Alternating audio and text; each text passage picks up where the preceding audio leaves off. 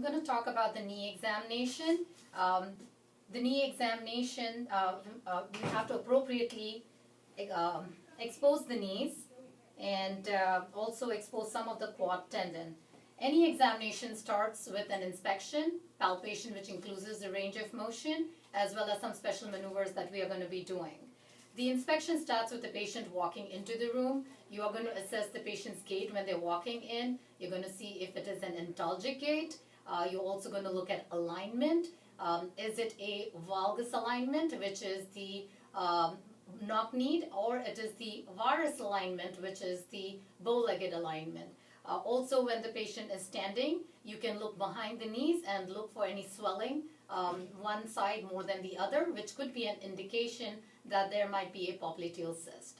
Once the patient is seated, you are going to take a look at the knees, and you're going to take a look at the quad tendons. You're going to see if one side is more atrophied than the other. Does one side look more swollen than the other? You're going to take a look at the recesses, and you're going to try to see if there is any fullness in the recesses, which can be an indication of a swelling in that knee. This may be a little bit more difficult in an obese patient, but in majority of the cases you may be able to see it very clearly. The other things that you should observe is color changes. Is one knee erythematous as compared to the other knee? You are also looking at scars, which could be an indication of prior trauma or surgery. Now, coming to palpation, you are going to assess the patella. So these are the landmarks that you're looking at. You are going to feel the patella tendon, the tibial tuberosity. You are going to feel the lateral joint line, which is a recess, which is perpendicular to the femur on the fibula on this side, and the medial joint line, which is a recess that is perpendicular to the tibia on this on the medial side. And tenderness of the joint lines can be an indication of a medial collateral or lateral collateral or medial meniscus or lateral meniscus problems. The other things that you are going to look when you are palpating is any temperature changes, and you're going to use the back of your hand, which is more sensitive, to assess for any temperature changes. And you're going to feel one side and the same side on the other knee. Similarly, you're going to assess the other areas. It is important to feel for temperature changes all around the knee, because sometimes when patient has bursitis, one area might be much warmer than the other area. The other area that you should feel for tenderness would be an area which is just below the medial plateau, and this is the insertion of the sartorius, gracilius, and the semitendinous muscles. And tenderness in this area and erythema in this area could be an indication of bursitis. This area is called the pes anserine, or the pes, and inflammation in this area is the anserine bursitis. Now, the other thing in palpation is also to feel behind your knee. You're feeling for any fullness on one side more than the other, and that could be an indication of a popliteal cyst. Now, coming to further maneuvers that are done in palpation is assessment of fluid. And the two tests that are usually performed for assessment of fluid is the bulge sign and the Ballotman sign. Bulge sign is used to assess small amounts of fluid, usually less than 5 ml of fluid, and the Ballotman sign is used to assess a slightly larger, moderate amounts of fluid, like 10 to 15 ml of fluid is needed to do the Ballotman sign. So the bulge sign, you are going to have your one hand above the patella on the femur, and you're going to have your other hand below the patella, and you are going to use your thumb to milk all the fluid out under the patella into the lateral recess. And then with these two fingers, you're going to give a good push to that fluid, which should travel under the patella and come to the medial side. And you should be able to see a bulge in this area. I'm going to show you on this side too, similarly. So you're going to get your hands around the patella, milk the fluid from the medial side under the patella onto the lateral side, and then you're going to try to push the fluid out into the medial compartment and look for the bulge in this area. From another view, the bulge sign, you have your hand above the patella and the other hand below the patella, and you move the fluid from the medial recess under the patella onto the lateral compartment, and then with your thumb you try to push this fluid back into the medial compartment. And what you're looking for is a bulge that fills the dimple on the medial side. For the Ballotman sign, similarly, you have one hand above the patella and one hand below the patella. And what you're trying to do is you're trying to get all the fluid under the patella. So you're going to push all the fluid down, and from the other hand, push all the fluid up. And then with your index finger, you're going to firmly push down on the patella.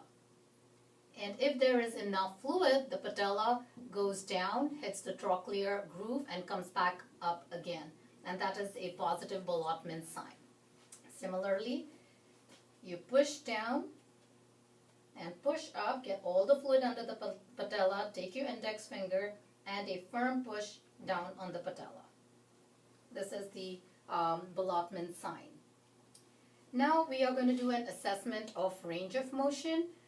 We are going to start with active range of motion. Active range of motion is performed by the patient. Can you please bend your knee for me as much as possible? Okay, wonderful. And this is considered normal active range of motion, around about 120 to 130 degrees of flexion. Now you can ask the patient to extend the knee. All right, wonderful. And this is considered normal extension of the knee. 0 degrees is considered normal. Some people can have a slightly more extension, slightly hyper extension. 2 to 5 degrees is considered normal. Anything more than that is considered abnormal, and that's called genu recurvatum. Then coming down to passive range of motion. Passive range of motion is when the examiner performs the range of motion. And it is important because you're going to have your hand over the patella and are going to move the knee joint. And you are going to assess if there is any crepitus or noise under the patella. You're also going to assess if there is any popping or locking sounds or actual locking of the knee. So I'm going to have my one hand over the patella and then the other hand down near the ankle, and I'm going to actively flex the knee, and I'm feeling at this time for any crepitus, popping and knocking. And you can do this a couple of times and you can assess for any popping and locking. So range of motion is important in assessing if there is true bursitis versus a true joint involvement. The knee joint has many bursas around the knee, and sometimes it may just be a bursitis. As I mentioned, we have the Unstrine bursa. We also have the infrapatellar bursa as well as the prepatellar bursas around the knee. And the difference between the way to assess for bursitis is by actually performing range of motion. Most patients who have bursitis will complain of pain with flexion of the knee because that tends to cause tension on the bursa, and they will note some relief of pain with extension of the knee because that tends to take away the stress on the bursa. As compared to someone with true synovitis of the knee joint, they will have pain with flexion and extension, and that is important. The other thing also is to look for erythema. Is there a localized erythema that also, and local tenderness, which also helps you to assess assess bursitis from true joint involvement. Now, coming down to some special maneuvers that we perform. One of them is to assess for the collateral ligaments, and that's what we're going to start with. We'll start with the assessment for medial collateral ligament, and the medial collateral ligament is right here. And to assess the medial collateral ligament, you should have one hand with your fingers over the medial collateral ligament, the thumb on the other side, and with the other hand you hold the lower leg. With this thumb, you're going to push this, you have to keep the knee in a slight flexion, like a 15 to 20 degree flexion, and with the thumb you are going to push inwards, and with the hand on the leg you're going to push outwards. And this tends to, if there is a medial collateral ligament problem or laxity, you will feel a give in this area, and this area will open up more than normal. And this is the medial collateral stress test. Similarly, you can assess for lateral collateral ligament, and you have your fingers over the lateral collateral ligament and the thumb on the other side, and with this hand you're going to hold down the leg. The test is again done best with a slight flexion, and with the thumb you're going to push the knee outward. You're putting a stress on the lateral collateral ligament, and with your hand on the leg you are going to push inwards. And by doing this, if there is laxity in the lateral collateral ligament, you will feel a give in this area, and there might even be pain when you're performing this procedure. Now, coming to assessment of the meniscus, the test that we usually perform is called the McMurray's test. And to do the for assessment of the medial meniscus, the test, you have your hand again over the medial meniscus with your fingers over the medial meniscus, and you are going to hold the heel with you're going to hold your heel with the other hand, and you're going to try to flex the knee, and along with that perform an external rotation, and that tends to cause the medial meniscus, if it is involved or torn, to be caught into this space. And you should do it a couple of times to feel for it, and the patient may complain of pain, and you may feel popping or clicking in this area. And so flex, externally rotate, and out again.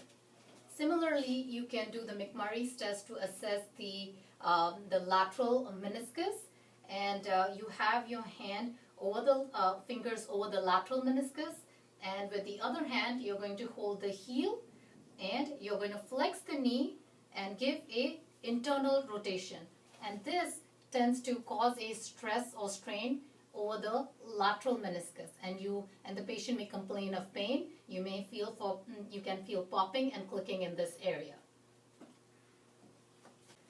So now we're going to assess the cruciate ligaments. There are two tests that can be used to assess the cruciate ligament. We have the Lachman's test and the Drawer's test. The difference between the Lachman and the Drawer's test is the angle that the knee is flexed to. The Lachman's test is done at an angle of 30 degrees as compared to the Drawer's test, which the test is performed at an angle of 90 degrees. The Lachman's test is considered to be more sensitive and specific as compared to the Drawer's test.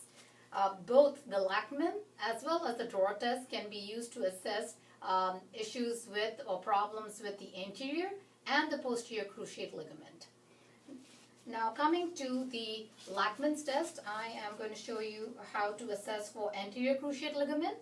And you are going to have the knee at a 30-degree angle, and with one hand you're going to stabilize the femur. With the other hand you're going to hold onto the proximal end of the tibia. And what you're trying to do is you're going to give a good firm forward push to the tibia, and what you're feeling for is the forward movement of the tibia on the femoral condyles.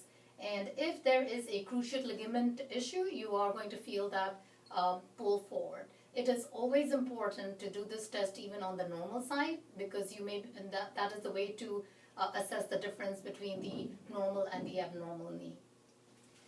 And similarly, for the posterior cruciate ligament, this is the Lachman's test to test the posterior cruciate ligament, a 30-degree angle. You have a firm hold on the tibia, and then with your hand, the other hand, you're going to push the tibia down posteriorly. And you are feeling for that movement of the tibia posteriorly, and a significant give is considered as abnormal and problems with the posterior cruciate ligament. Now coming to the drawers test, which is done at a 90-degree angle. In this test, you do not have to stabilize the femur. You can just use both your hands and give a good posterior push. This is the posterior drawer stress, posterior push to the tibia, and feel for that movement of the tibia posteriorly, and that is more of an indication of a posterior cruciate ligament. Similarly, for anterior cruciate or the anterior drawers test, you are going to hold on to the tibia and give a firm pull forward, and you're feeling for that give right in this area, and the forward movement of the tibia on the femoral condyles. And this concludes our knee examination. I hope it helped you.